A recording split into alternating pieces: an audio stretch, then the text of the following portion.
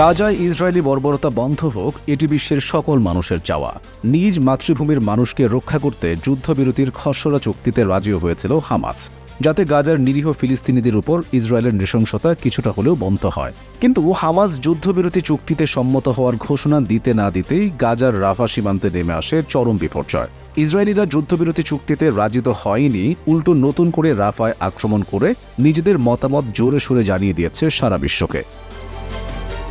তবে আর ছেড়ে দেওয়া হবে না ইসরায়েলিদের, এমনই ঘোষণা দিয়েছে ফিলিস্তিনের স্বাধীনতাকামী সংগঠন হামাস।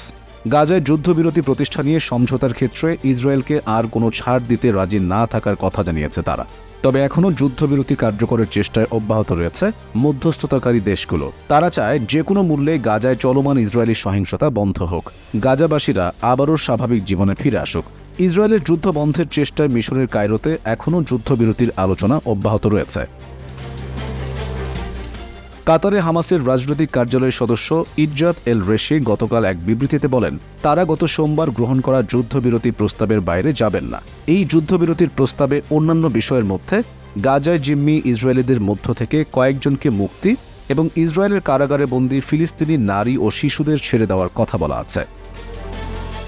ইজ্জাত এল রেশিক আরও বলেন, ইসরায়েল যুদ্ধবিরতি চুক্তিতে পৌঁছানোর ব্যাপারে আন্তরিক নয় এবং রাফায় আগ্রাসন চালানো ও সীমান্ত ক্রসিং দখলের ঘটনা আড়াল করার মাধ্যম হিসেবে সমঝোতাকে ব্যবহার করছে তারা। মিশরের এই আলোচনার মধ্যেই হামাসের পক্ষ থেকে ইসরায়েলিদের ছাড় না দেওয়ার ঘোষণা দেয় দলটি। হামাস এ মনোভাবের কথা জানিয়ে আবারও কঠোর প্রতিবাদের হুঁশিয়ারি দিয়েছে ইসরায়েলিদের। তবে হামাসের এ বক্তব্য নিয়ে ইসরায়েল এখনও তাৎক্ষণিক কোনো মন্তব্য করেনি। গত সোমবার দেশটি ঘোষণা করে হামাসের গ্রহণ করা 3 দফার ওই যুদ্ধবিরতি প্রস্তাব মানা সম্ভব নয়, কেননা এটির শর্তগুলো খুব দুর্বল এবং তা কার্যকর করার মতো নয়।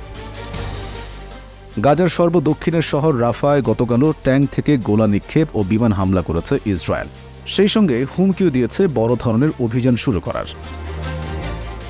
এর আগের দিন গত মঙ্গলবার মিশরের সঙ্গে রাফার সীমান্ত ক্রসিং থেকে শহরটিতে প্রবেশ করে ইসরায়েলি বাহিনী। এতে গাজায় বাইরে থেকে ত্রাণ সরবরাহের গুরুত্বপূর্ণ পথটি বন্ধ হয়ে যায়। ইসরায়েলি হামলায় আহত ফিলিস্তিনিদের বাইরে পাঠানোর একমাত্র পথও এটি।